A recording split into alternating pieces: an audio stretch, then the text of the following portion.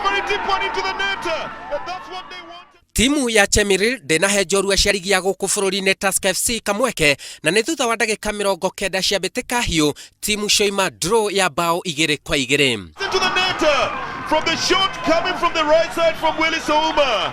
Bao ici cigananirio ni muthaki wa timu ya Chemiril Hilary Echesa uria waingiririe bao ya mbere ndagika-ini ya 75 nayo ya keri ndagika-ini ya muthia biu. Plays it all the way back to Samuel Ouma, drops it into the area. Echesa has leveled the scores again. It's 2-2.